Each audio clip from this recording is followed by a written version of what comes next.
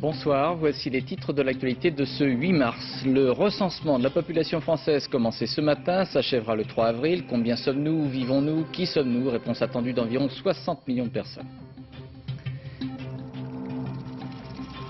8 mars, un jour dans l'année pour les femmes, un jour pour rappeler les inégalités qui frappent plus de la moitié des êtres humains.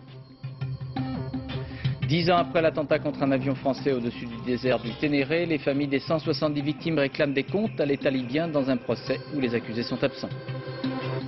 Trop d'antibiotiques favorise la résistance des germes des maladies. Les Français en font un usage systématique. Les Allemands sont plus prudents. Hommage international à Stanley Kubrick. La mort du cinéaste, auteur de Dr Folamour, 2001 Odyssée de l'espace ou encore Orange Mécanique est saluée dans le monde entier. Pendant 4 semaines, 115 000 agents recenseurs vont prendre note de détails matériels et familiaux sur les Français. Ce recensement, le 33e dans l'histoire française depuis celui de 1801, lancé par Napoléon, est un outil de mesure de la population complété d'enquêtes plus spécialisées destinées à apprécier les évolutions de la société. Chacun doit donc livrer quelques-uns de ses petits secrets, en espérant que les détails personnels n'iront pas rejoindre des fichiers moins confidentiels. Reportage Elsa Margou et Rémi Poissonnier en compagnie d'un agent de mairie à Nanterre, devenu pour l'occasion agent recenseur. Marcel Pichard est en mission. Un marathon de 3 semaines dans les rues de son quartier pour recenser près de 800 personnes. Bonjour. Je vous apporte, j'ai à vous remettre des imprimés pour le recensement. À Nanterre, comme dans la plupart des communes françaises, on a joué la carte de la proximité. Marcel connaît bien ses voisins, elle n'hésite donc pas à leur prodiguer quelques conseils pour remplir leur formulaire.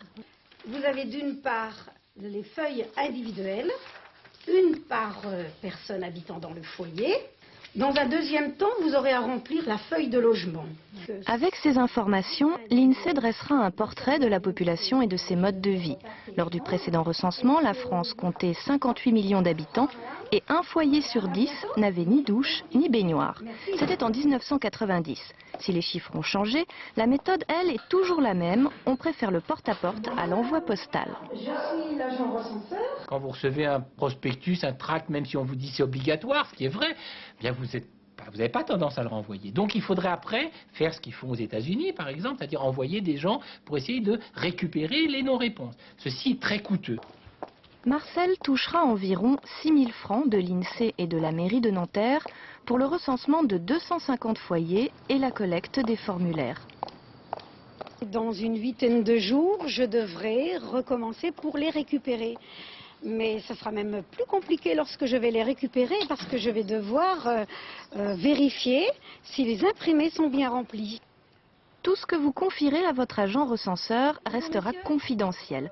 La Commission nationale informatique et liberté contrôlera un échantillon de plusieurs communes pour vérifier que les petits détails de votre vie quotidienne n'alimentent aucun fichier, ni du fisc, ni des sociétés privées.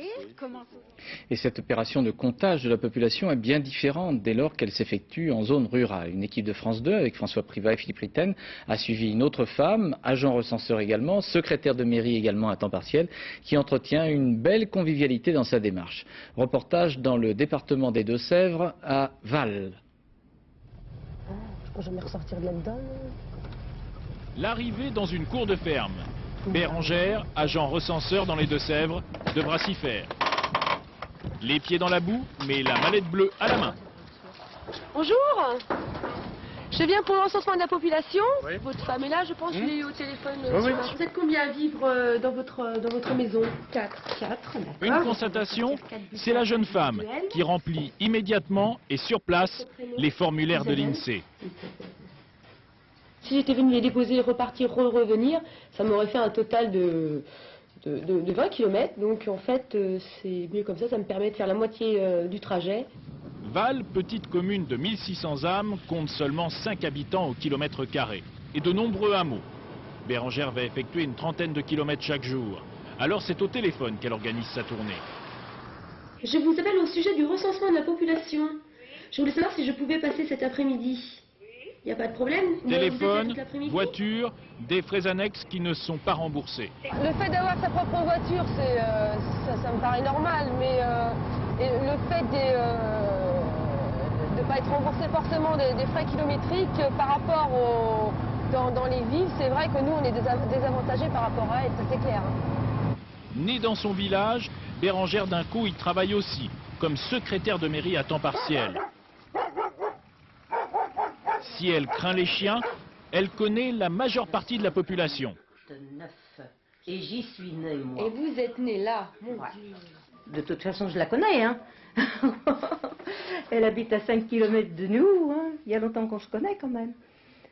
Val aurait dû compter 3 agents recenseurs, un pour 500 habitants, mais devant la superficie de la commune, le maire a choisi de recruter 2 agents de plus. 8 mars, officiellement journée des femmes, journée symbolique avec manifestations et discours pleins de bonnes intentions, mais une journée qui permet un rappel des inégalités qui touchent les femmes en France, en Europe et dans le monde. En France, 80% des femmes d'âge actif travaillent, ce qui constitue un record en Europe. Mais elles sont en majorité cantonnées aux professions intermédiaires et peu d'entre elles participent aux responsabilités de la hiérarchie professionnelle. Ainsi, aucune femme ne préside une des 200 premières entreprises françaises. Quant aux salaires féminins, ils sont inférieurs de 20 à 30% à ceux des hommes à grade égal. Explication Cécile Aspe avec Yann Fronty, Jacques Gérard et Philippe Deslandes. Cette femme est une exception. Elle a créé son propre cabinet d'audit il y a 25 ans. Aujourd'hui, elle se bat pour que les femmes accèdent aux responsabilités dans l'entreprise. Pour moi, il n'y a qu'une solution, c'est essayer de faire évoluer les mentalités. Évoluer les mentalités des hommes au sein des conseils d'administration. Leur faire comprendre qu'une femme est un partenaire et qu'à ce titre, ils peuvent tout à fait travailler avec elle de la même façon qu'ils travaillent avec un homme. Sur les 100 premières entreprises françaises, on ne trouve aucune femme PDG. Pas de femmes non plus dans les conseils d'administration des 20 premières entreprises françaises. Je ne crois pas du tout que ce sont des mesures coercitives qui donneront des résultats, des quotas, mettons tant de femmes dans tant de carrés. Non, non. Il faut que les femmes conquièrent le pouvoir, il faut leur donner la chance de le conquérir. Quand elles essayent de le faire, il faut leur mettre le pied à l'étrier.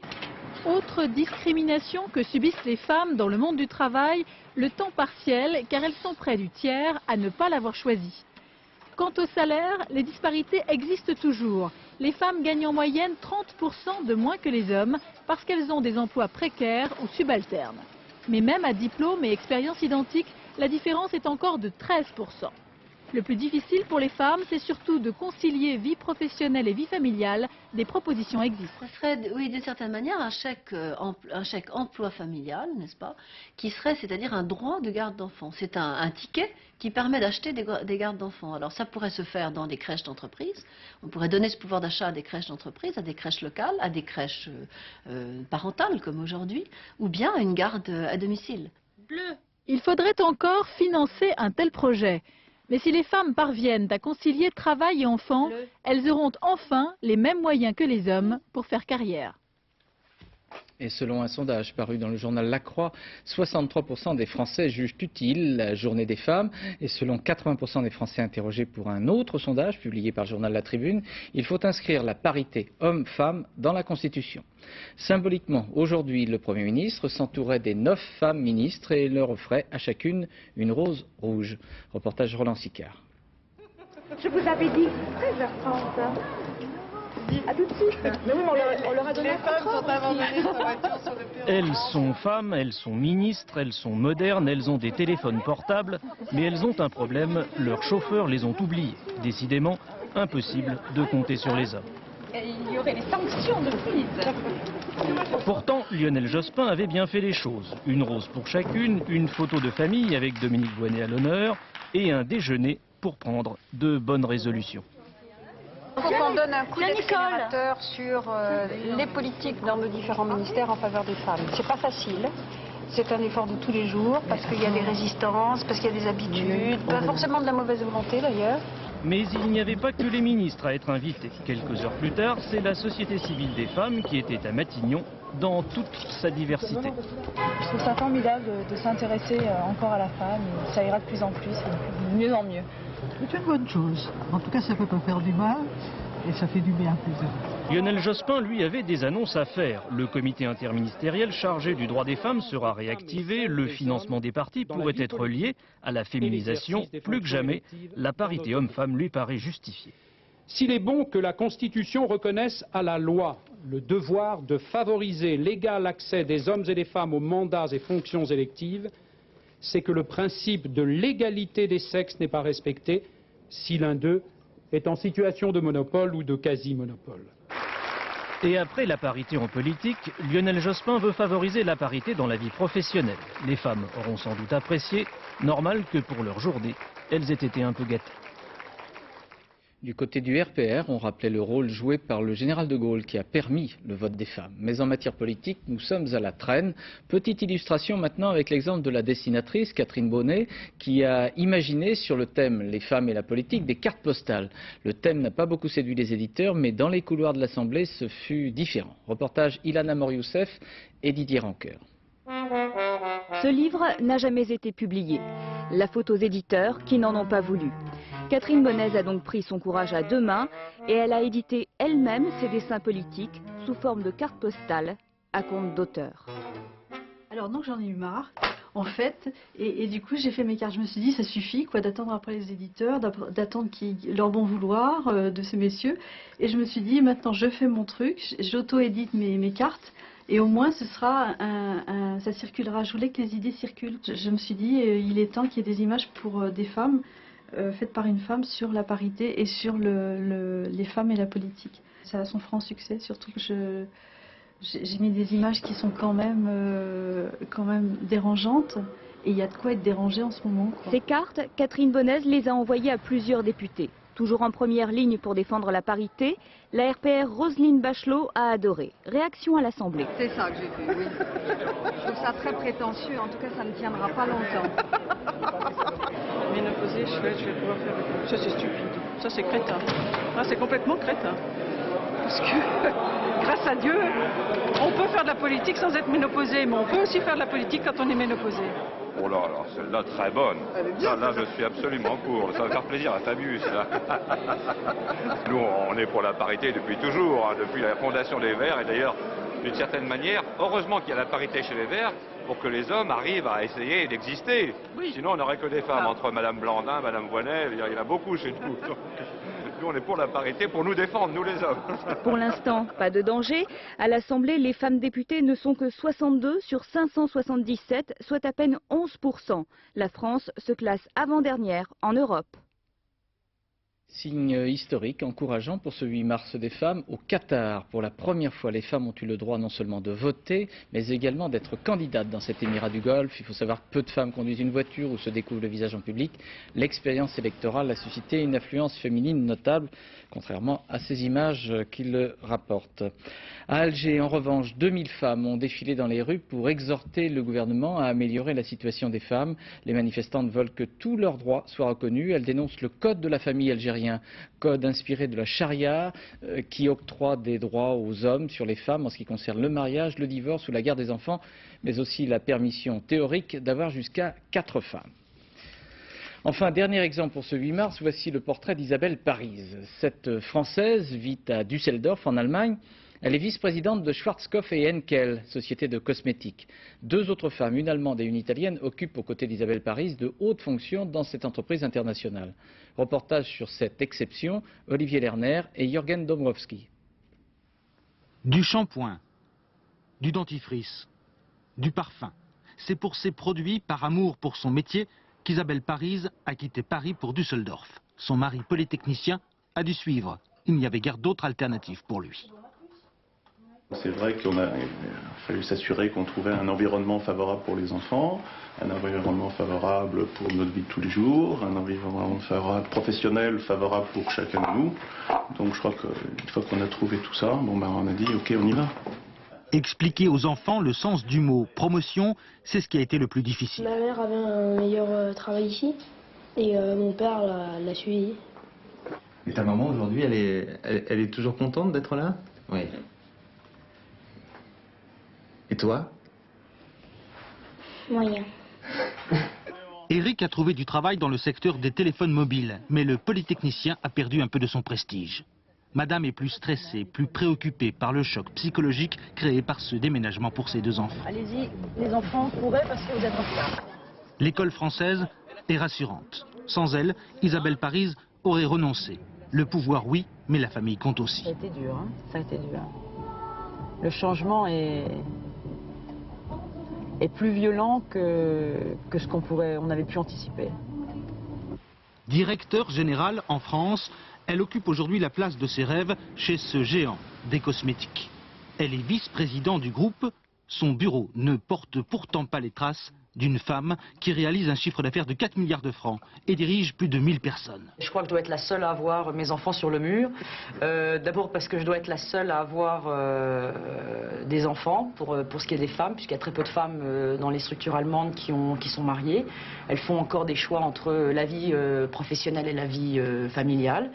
Donc là, je suis l'exemplaire unique dans ce domaine. Et puis, pour les hommes, bien sûr, on ne montre jamais ses enfants. Elle règne sur 17 pays avec ses produits de beauté pour lesquels elle donne beaucoup. Isabelle Parise n'a jamais regretté d'avoir déclenché ce bouleversement familial pour atteindre les sommets dans le monde industriel. Le retour en France, elle y pense déjà, mais c'est son mari qui donnera le signal. Avec lui, elle a passé un 2e contrat, un contrat moral. En Corse, 2 observations à l'issue du premier tour des élections territoriales. On a peu voté, moins de 57% des électeurs corses se sont déplacés. Et le vote nationaliste connaît un regain. Reportage Arnaud Boutet et Olivier Robert. Le village de Kotichavari est à l'image de cette Corse qui boude les urnes.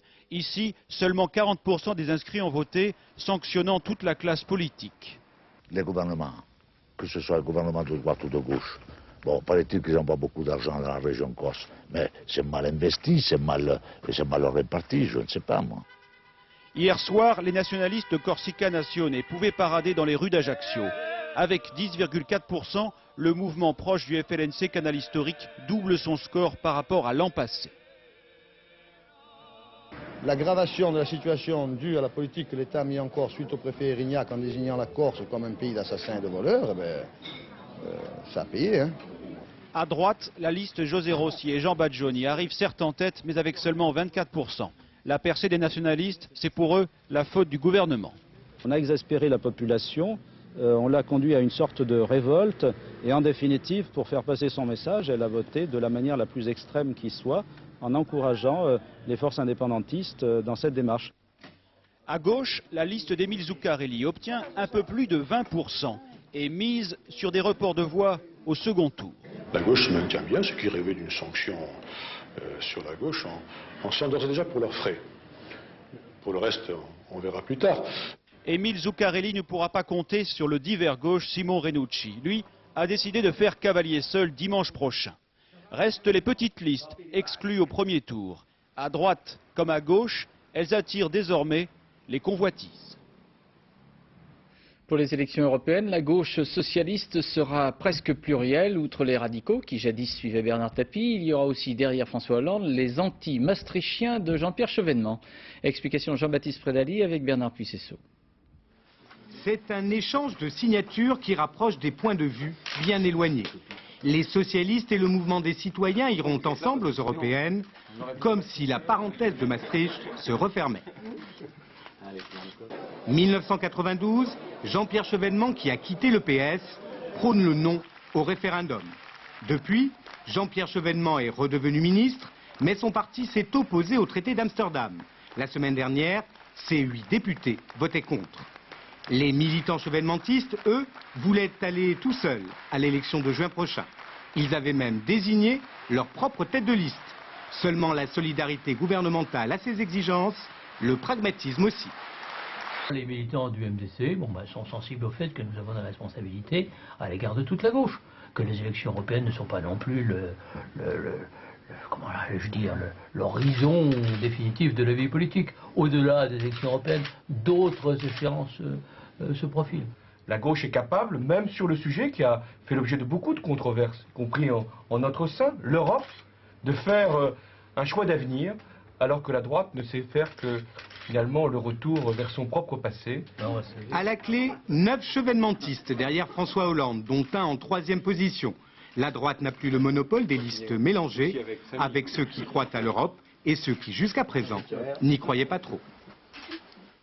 Devant le tribunal correctionnel de Clermont-Ferrand, un militant de la CGT a été poursuivi aujourd'hui pour violence sur agent de la force publique et aide au séjour irrégulier d'un étranger. Le militant, M. Michel Beurier, aurait ainsi permis, le 21 août 1998, la fuite d'un sans-papier en s'opposant avec ses camarades de la CGT à son interpellation. Des milliers de manifestants se sont rassemblés en fin de matinée pour dénoncer, je cite, une tendance à vouloir criminaliser l'acte syndical. Fin de citation. Reportage à Clermont-Ferrand de Laurent Bailly et Daniel Lévy. L'audience est ouverte, vous pouvez vous asseoir. Dans ce prétoire, l'accusé c'est lui, Michel Beurier, responsable de la CGT en Auvergne. On lui reproche d'avoir aidé l'an dernier un Sénégalais sans papier à fausser compagnie aux policiers chargés de sa reconduite à la frontière.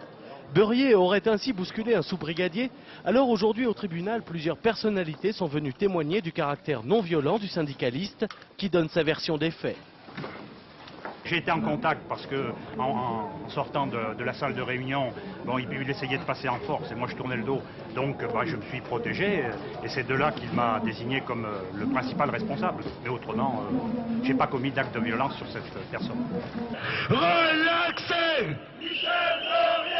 Mais au-delà des personnalités, plus de 10 000 anonymes ont manifesté dans les rues de Clermont-Ferrand leur soutien à Michel Beurier. Les militants de la CGT composaient le gros des troupes, mais d'autres syndicats et des associations de soutien aux droits de l'homme avaient aussi appelé à ce rassemblement. Et beaucoup de militants de différentes organisations qui ne partagent pas d'ailleurs l'ensemble des positions de la CGT se sont mobilisés sur la défense de cette cause dans la mesure où il y a une injustice potentielle si nous ne nous mobilisons pas. Quand on défend les libertés, toutes les libertés et les souffrances, on se devait d'être présent aujourd'hui ici. Quand on a un gouvernement de droite, on s'attend à avoir des choses comme ça, mais avec un gouvernement de gauche plurielle, comme ils disent, ils doivent défendre les droits. Ce soir, le jugement de Michel Beurier est mis en délibéré, verdict le 22 mars. D'ici là, les manifestants comptent bien maintenir la pression pour que ne soit pas créé dans le droit français ce qu'ils appellent un délit de solidarité. Grève à l'agence France Presse, une assemblée générale des personnels de l'AFP a voté un arrêt de travail pour protester contre les conditions de sélection des candidats au poste de président de l'AFP. Et puis le journal Le Monde, daté du 9 mars, n'est pas paru cet après-midi à la suite d'incidents techniques. Procès à Paris devant une cour d'assises uniquement composée de magistrats professionnels. De 6 accusés, 6 agents présumés des services secrets libyens. Ces hommes sont, selon la justice française, responsables de l'attentat qui a détruit en vol, en 1989, un DC-10 de la compagnie UTA. Il y eut 170 morts. Les familles des victimes demandent des comptes, mais dans le box des accusés, il n'y a personne. Reportage Pascal Doucet-Bon et André Germain. Voilà 10 ans qu'elles attendent. 10 ans qu'elles doivent supporter le chagrin et contenir la colère. Eux, ils dorment tranquillement. Hein. Ils en ont rien à faire. Nous, ça fait 9 ans et demi qu'on a des enfants, des sœurs qui sont plus là et qui nous manquent, c'est tout. C'est scandaleux. Eux, c'est-à-dire les services secrets libyens, dont toutes les familles des victimes sont convaincues de la culpabilité. Convaincus qu'Apollinaire Mangatani, congolais proche des agents de Tripoli, a transporté la valise, apparemment sans savoir qu'elle exploserait en vol. Convaincus que 3 agents libyens ont organisé l'attentat à Brazzaville, persuadés enfin de l'implication de leurs supérieurs hiérarchiques, dont le propre beau-frère du colonel Kadhafi. Les photos répondent au portrait robot. Un avocat parlait cet après-midi du procès des ombres. Aucun accusé n'est présent et plusieurs parents de victimes se demandent à quoi tout cela peut bien servir. La dernière fois que j'ai eu une purge de contumace, c'était lorsque Carlos avait été condamné pour le meurtre des inspecteurs de la rue Toulier. Et puis finalement, il a été jugé. Mais en l'absence des 6 accusés, comment comprendre le mobile de l'attentat? S'agissait-il de punir la France pour sa politique au Tchad? Fallait-il éliminer un opposant libyen censé prendre cet avion? Les magistrats et les parties civiles devront se contenter d'hypothèses. Quant à la question du niveau de responsabilité au sein même de l'État libyen, elle restera, elle aussi, sans réponse précise. La Cour d'assises n'est pas le tribunal pénal international, ce sont des hommes que l'on juge et non un État. Et même si tout le monde s'attend demain à un verdict sévère, même si le nom de Kadhafi sera cité lors des débats, ce procès restera au stade du symbole, nécessairement frustrant pour les familles des victimes. En Autriche, dans le sud du pays, la région de Carinthie a permis au parti d'extrême droite, le parti libéral de Jörg Haider, d'obtenir 42% des voix. Ce succès de l'extrême droite inquiète les partis de la coalition gouvernementale autrichienne. Commentaire Philippe Rochaud. Quand il danse avec Claudia, sa femme, il se voit déjà chancelier d'Autriche. À 49 ans, Jörg Haider fascine les gens de son fief, la Carinthie, où un électeur sur deux vient de lui donner sa voix au scrutin régional de dimanche. Mais l'homme vise d'abord le siège de gouverneur de cette province conservatrice. Haider se vante ici d'avoir pris des voix aux sociodémocrates alors qu'officiellement, les socialistes s'opposeront à sa candidature au poste de gouverneur. Gouverneur de Carinthie, Haider l'a été de 89 à 91. Mais pour avoir vanté l'action sociale du Troisième Reich, il a dû démissionner. Depuis, il a remonté la pente. Jörg Haider reste opposé à l'Union européenne, à la monnaie unique. Il plaide pour un contrôle plus étroit des étrangers en Autriche, surtout ceux d'Europe de l'Est. Sa force de séduction lui permet de tout oser, et ça marche, pas seulement chez une poignée de nostalgiques du Troisième Reich ou chez des retraités inquiets, mais aussi chez des jeunes et même des intellectuels.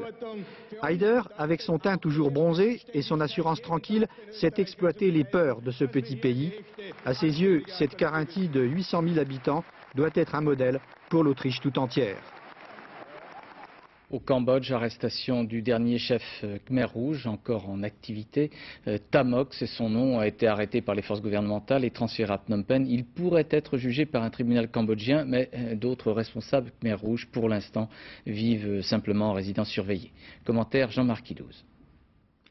Il était le dernier chef rebelle Khmer Rouge à se battre encore les armes à la main. Il est depuis samedi le prisonnier du gouvernement central de Phnom Penh. Tamok, dit le boucher, filmé ici en 98 dans son réduit du nord-ouest cambodgien, un nom synonyme d'extermination systématique pour les Cambodgiens, de purge sanglante chez ses propres camarades Khmer Rouge.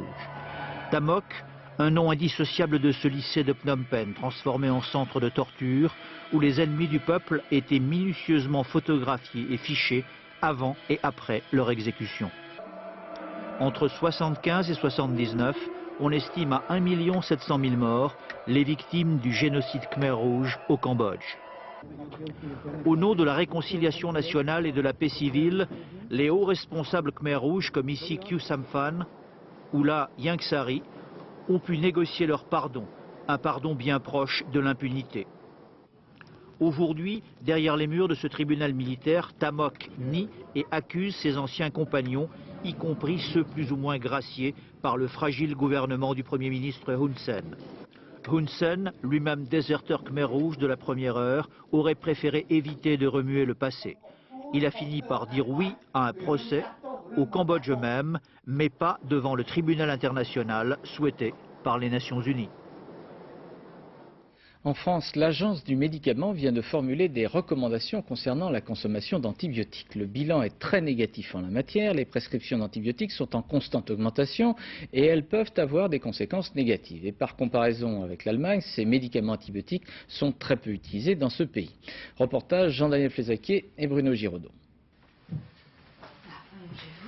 Une petite fièvre, mal de gorge, une toux. Quand on est artiste lyrique, mieux vaut se soigner à temps. Bouche. Après un examen minutieux et une auscultation en règle, notre contre-ténor devra prendre 5 jours d'antibiotiques. Le docteur Gaoui a prescrit ce traitement parce que cette angine est sans conteste bactérienne. Pourtant, depuis qu'elle exerce, elle a diminué régulièrement ses prescriptions d'antibiotiques. Une attitude qui va à l'encontre de la tendance générale. Les médecins français prescrivent chaque année plus d'antibiotiques, pas toujours les moins chers, et pour des durées parfois trop longues. Ils prescrivent même 2 fois plus que leurs collègues allemands, surtout chez l'enfant. Ici en Allemagne, on essaie de prescrire le moins d'antibiotiques que possible. En 80% des cas, ce sont des infections virales chez les enfants. Les antibiotiques ne sont pas indiqués. Mais les deux pays sont différents. Exemple, il y a plus de crèches en France qu'en Allemagne. Et le travail à temps partiel n'est pas très courant en France pour les femmes. Si un enfant est malade, il ne sera pas admis à la crèche et la maman perdra 2 ou 3 journées de travail. Alors on demandera au médecin des antibiotiques pour que les choses rentrent vite dans l'ordre. Il y a sûrement des gens qui me demandent d'être guéri très très vite, en 1 ou 2 jours. Il faudrait que le lendemain tout aille mieux. De 39 de fièvre, il faudrait qu'ils aient 37. C'est vrai que parfois, peut-être, je suis amenée à plus prescrire d'antibiotiques que je ne le ferais s'il n'y avait pas une pression sociale. L'augmentation du nombre de bactéries résistantes aux antibiotiques va imposer des attitudes différentes. D'abord de la part des médecins qui devront prescrire plus rigoureusement, ensuite de la part du public qu'il faudra éduquer pour qu'ils comprennent les avantages et les inconvénients des antibiotiques. Arrestation à Metz de l'auteur présumé de l'incendie du Palais des Sports. Le Palais des Sports messin a brûlé dans la nuit de samedi et dimanche. L'incendiaire aurait agi par vengeance après avoir été interdit de stade pour outrage public. En Haute-Corse, dans le massif du Monte Doro, à la suite d'une violente tempête de neige, 2 femmes sont mortes de froid, 3 autres personnes ont été blessées. Les victimes participaient à une randonnée à ski. Divertissement à Londres avec la venue de Monica Lewinsky. La dédicace de son livre sur ses aventures avec le président des États-Unis a donné lieu à une belle bousculade. Attention, Madame Lewinsky doit venir en France à la fin du mois de mars. Correspondance anglaise d'Étienne Lénart et Sten Rosenlund. Il y a encore quelques jours, Monica Lewinsky se cachait. La voici désormais dans un rôle nouveau pour elle, engagée dans une tournée européenne de promotion de son histoire et de son livre. Et le moins que l'on puisse dire, c'est que la première séance de dédicace dans ce grand magasin de Londres ne sera pas passée inaperçue. Plusieurs centaines de personnes, des heures d'attente pour voir, éventuellement entendre et surtout se faire une idée. Je veux juste voir à quoi elle ressemble en vrai. J'espère que je vais pouvoir rentrer. Je voudrais lui demander si, après tout ce qu'elle a vécu, elle pourrait refaire un truc pareil. Très bonne question, mais de fait, Monica ne parle pas, elle signe à tour de bras. Et c'est après tout l'essentiel pour celles et ceux qui, munis de ce précieux sésame, se retrouvent stars à leur tour le temps de quelques impressions. Je lui ai dit, vous êtes vraiment très courageuse de venir ainsi vous exposer au monde entier. Et je prie pour vous et votre mère. Personnellement, je l'ai trouvée très calme et très détendue, mais je n'ai rien pu lui dire. Je lui ai simplement dit merci. Rapidement pourtant, Monica semble incommodée de cette surexposition médiatique et c'est au bord des larmes qu'elle battra en retraite sans que l'on sache si ce repli était improvisé ou s'il n'était que le dernier chapitre d'une histoire vendue en quelques heures à des milliers d'exemplaires. On a appris aujourd'hui le décès de Joey DiMaggio. Cet Américain fut un très célèbre joueur de baseball dans l'équipe des New York Yankees. Il fut même sacré meilleur joueur de tous les temps en 1969. Joey DiMaggio fut le 2e mari de Marilyn Monroe et il restera jusqu'à la mort de l'actrice son ami. Joey DiMaggio était âgé de 84 ans. Le réalisateur Stanley Kubrick, décédé hier à Londres à l'âge de 70 ans, est salué dans le monde entier. Il a mis en scène beaucoup moins de films que d'autres, mais tous ou presque sont des références. Stanley Kubrick venait de terminer un film intitulé littéralement en français « Les yeux grands fermés » avec Tom Cruise et Nicole Kidman. On n'en sait pas plus. Stanley Kubrick vivait très caché et cultivait ainsi un paradoxe. Commentaire Pascal Deschamps. Jusqu'à la fin, la vie de Stanley Kubrick aura été un paradoxe. D'un côté, l'hommage du tout cinéma et de ses stars à un maître, une légende, disent-ils, mais on dit ça à chaque fois. De l'autre, un coin de campagne anglaise, morose comme un jour de pluie. Derrière les grilles, derrière les menaces en forme d'avertissement, Kubrick avait fait de l'exil un art de vivre, presque de survie. Lorsqu'il autorise exceptionnellement sa fille Viviane à filmer le tournage de Shining, il sait bien qu'il s'y révélera tel qu'en lui-même, autoritaire jusqu'au malaise, perfectionniste jusqu'à l'épuisement, comme pour nous faire comprendre, par-delà le temps et aujourd'hui la tombe, qu'une grande œuvre ne se construit qu'à ce prix. Jean-Marc Bringuier, jeune opérateur français qui fit ses armes sur Full Metal Jacket, se souvient. On n'en pouvait plus. Je veux dire, les comédiens, moi je l'ai vu s'acharner avec des comédiens qui n'en pouvaient plus. Et précisément, à un moment, le cinéma était pour lui une valeur peut-être au-dessus de tout. On était comme un bidasse qui fait la guerre, hein. Mais on faisait la guerre du cinéma. Une vie entière consacrée, presque sacrifiée au cinéma. L'œil scellé à la caméra, chez Kubrick, l'image prolongeait la pensée. Des livres qu'il choisit d'adapter, des sujets dont il s'empara violemment. On devine aujourd'hui un esprit curieux mais inquiet, tourmenté mais épris de la seule liberté qui reste à l'homme, la révolte. comme lorsqu'il dénonce avec les Sentiers de la Gloire l'irresponsabilité des militaires français. Générer un sadique et un monstre. Et vous pouvez aller au diable avant que je vous fasse des excuses maintenant ou jamais. Pour les Sentiers de la Gloire, Kubrick connut une censure emblématique. Le film fut interdit en France pendant 18 ans. C'est le parfum de la renommée. Censure encore 4 ans plus tard lorsqu'il s'attaque au sulfureux Lolita de Vladimir Nabokov. Les ligues de vertu américaines se déchaînent. Kubrick s'installe en Angleterre pour tourner le film. C'est là qu'il vivra désormais. Censure encore en 72 lorsqu'un journal américain refuse la publicité d'Orange Mécanique. Kubrick se fend d'une lettre ouverte et dénonce ceux qui s'acharnent à purifier l'esprit du public. Il les compare à des nazis. Paradoxe encore, en s'attaquant au fond, les rétrogrades de tout poil oublièrent que Kubrick était davantage un cinéaste de la forme que du sens. La plupart d'idées d'éclairage venaient de Stanley Kubrick et non de l'opérateur lui-même. Et dans chaque de ces films, il y avait quelque chose d'étonnant en ce qui concerne l'aspect visuel du film. Stanley Kubrick est tombé dans le cinéma un peu par hasard, il sera devenu une obsession. Et lorsqu'il y a quelques mois, il fut récompensé du prix D.W. Griffith, le père du cinéma américain, c'est par un message enregistré qu'il remercia, comparant la vie d'un cinéaste à celle d'Icare.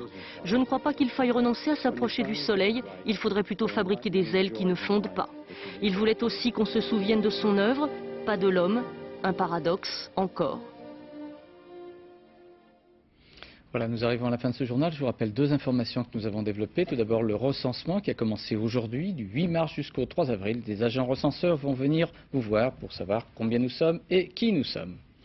Et puis 8 mars, la journée internationale des femmes, mais les inégalités de salaire et de fonction persistent en France comme ailleurs. Dans quelques secondes, Sophie Daoran vous parlera de météo. À 23h10, d'un monde à l'autre avec Paul Amar, suivi du journal de la nuit qui vous sera présenté par Laurence Ostolaza, suivi du cercle de Philippe Lefay. Et puis demain, à 7h50, dans les 4 vérités, Françoise Laborde recevra Madame Françoise Rudetsky, la présidente de SOS Attentat. À 13h, Carole Gessler et Rachid Arabe. À demain 20h. Bonsoir. Merci.